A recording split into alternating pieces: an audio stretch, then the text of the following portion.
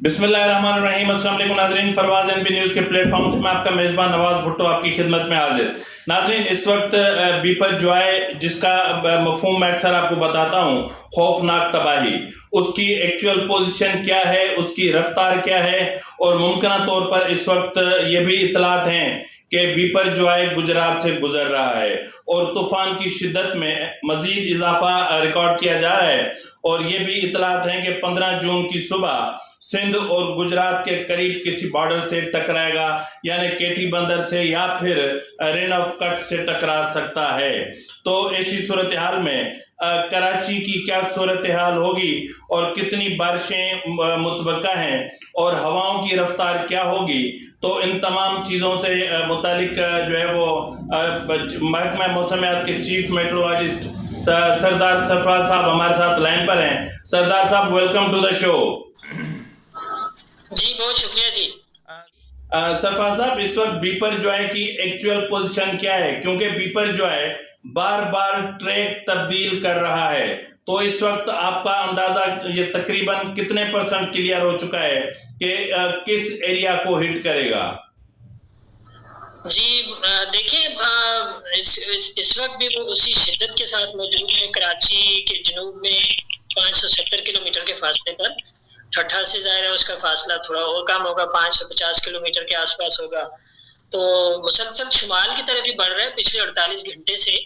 इतना रास्ता या इतना ट्रैक उसने तब्दील नहीं किया जितना सोशल मीडिया ने उसको करवाया है जबरदस्ती। बुनियादी तौर पे वो जब बना था 6 जून को, तो इम्कान ये था या कुछ उसका वो टिकट था उधर शुमाल मगरिब की तरफ, लेकिन फिर जाहिर है कि अपर एयर की जो असल में हवाएं होती हैं ना, जो 35-40 हज़ार फीट पर जो विंड्स चलती हैं, वो विंड उसको एक तरह से स्टीयर कर रही होती हैं। तो इस वक्त वो जहाँ जिस जगह पर मौजूद है उसकी दाएं तरफ इंडिया पर और एक बाएं तरफ उधर सऊदी अरेबिया वगैरह पर एक हाई प्रेशर है या विंड है अपर एयर में। तो अब दोनों के दरमियान एक तरह से ना मुकाबला है कि कौन सी हवा उसको अपर एयर की किस तरफ पुश करती है।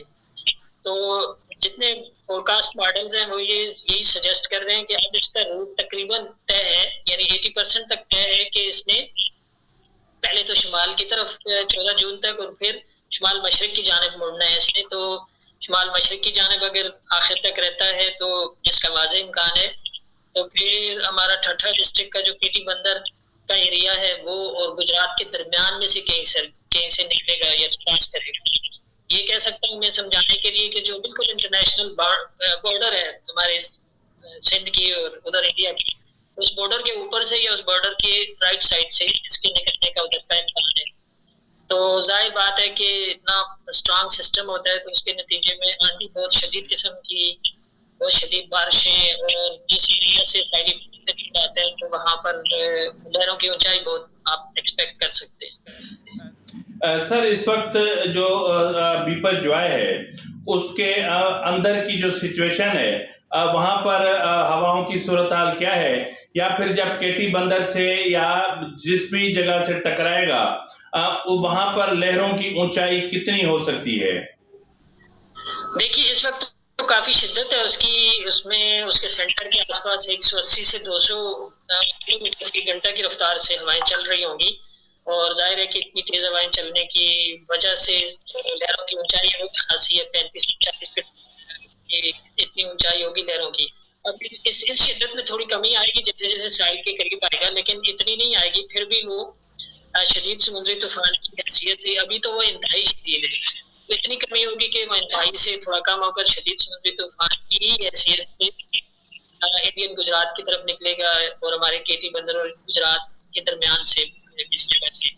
तो उस एरिया में आप 80 से 100 किलोमीटर या किसी किसी जगह पर 120 किलोमीटर फी घंटा की रफ्तार से हवाएं या आंधी की तवक्को कर सकते हैं, आप इतनी चल सकती है।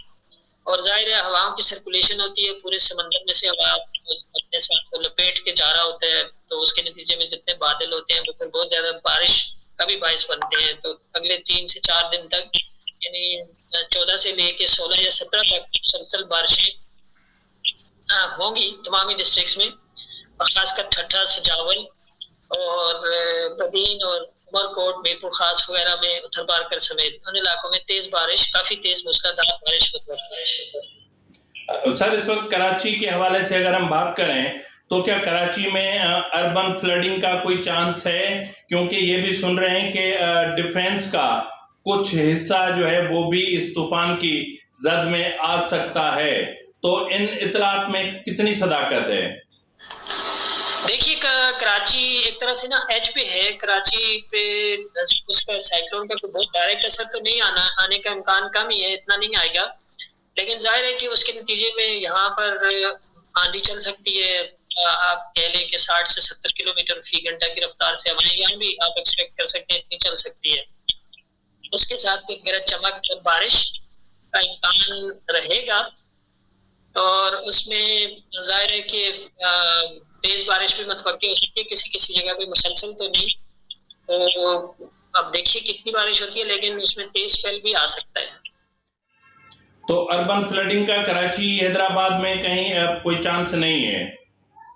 देखिए, अभी फौरी तौर पे तो खतरा नहीं है, लेकिन इसके जाहिर सिस्टम की जो वेदर सिस्टम होता है ना, उसकी अपनी डायनेमिक्स होती हैं। तो वो जब इसके करीब आएगा और कितनी देर तक स्टे करता है, तो फिर साथ साथ हम अपडेट करेंगे। फिलहाल तो चांस नहीं लग रहा है ऐसा कि अर्बन फ्लडिंग हो।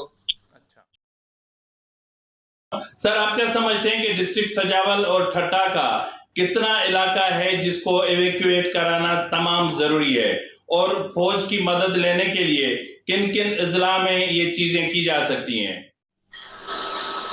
देखिए, उसमें जो ठट्ठा डिस्ट्रिक्ट में आती है, शायद तहसील उनकी ना केटी बंदर है। केटी बंदर के साथ खारो छान है, उसके साथ चोर जमाली है, उसके साथ जाती है। ये जो एरियाज हैं जाहिर है वो बिल्कुल समंदर के साथ लगे होते हैं, तो नशबी इलाके हैं। तो वहाँ पे पानी दरों की ऊंचाई की वजह से पानी उन वादियों में अंदर दाखिल हो सकता है, तो वहाँ की एवैक्यूएशन की जरूरत पड़ेगी। इसी तरह से कराची में डायरेक्ट खतरा तो नहीं है, लेकिन कराची की जो नशेबी इलाके हैं जैसे रेडी गोच है, बाबा बिट शाह है, आपका मुबारक विलेज है या रेडी गोट है, ये भी समंदर के साथ मिले हुए जजीरे हैं, तो यहाँ भी अंदर दाखिल हो सकते हैं। इसलिए यहाँ भी हो सकता है। बहुत शुक्रिया सरफराज साहब, आपने कीमती टाइम दिया।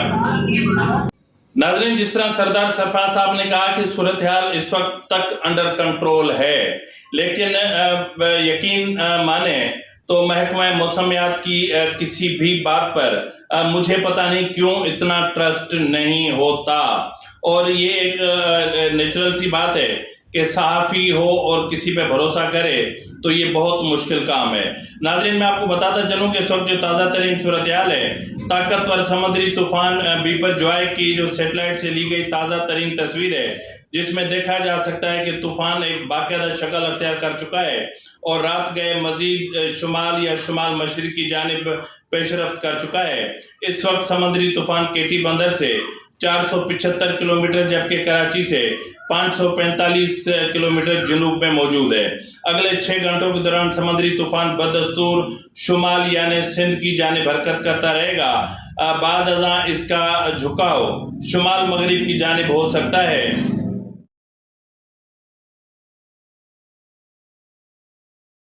समुद्री लहरों में आज रात से मजीद तेजी आने का इम्कान है और इसलिए अवाम से ये इल्तिजा की जा रही है कि वो समंदर का रुख मत करें। समुद्री तूफान बीपर जो है का ट्रैक तकरीबन तय पा चुका है, यानी 80% जो है उसके ट्रैक के जो वो यानी हतमी होने के इम्कानात वाजे हो गए हैं। और साइक्लोन पाकि जिस तरह मैंने कहा कि जो ट्रैक है उसका मुकम्मल तौर पर फाइनल हो चुका है और ये जो सीवियर साइक्लोन है ये इसका मैंने कहा कि ट्रैक फाइनल हो चुका है।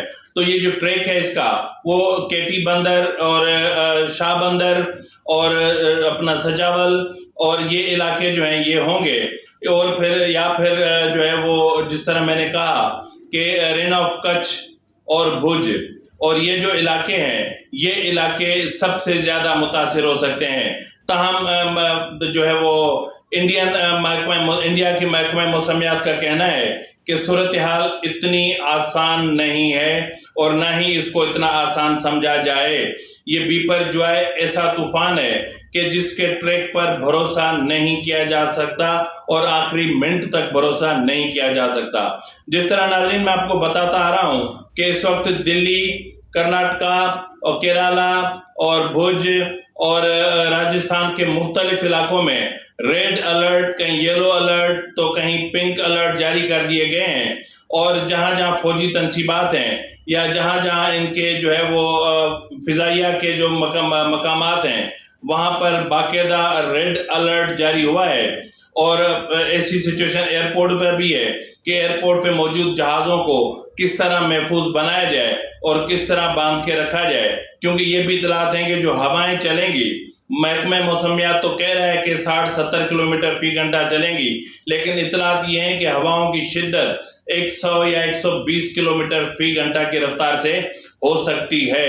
तो ऐसी सूरत हाल में यानी 100 मिलीमीटर बारिश भी हो सकती है।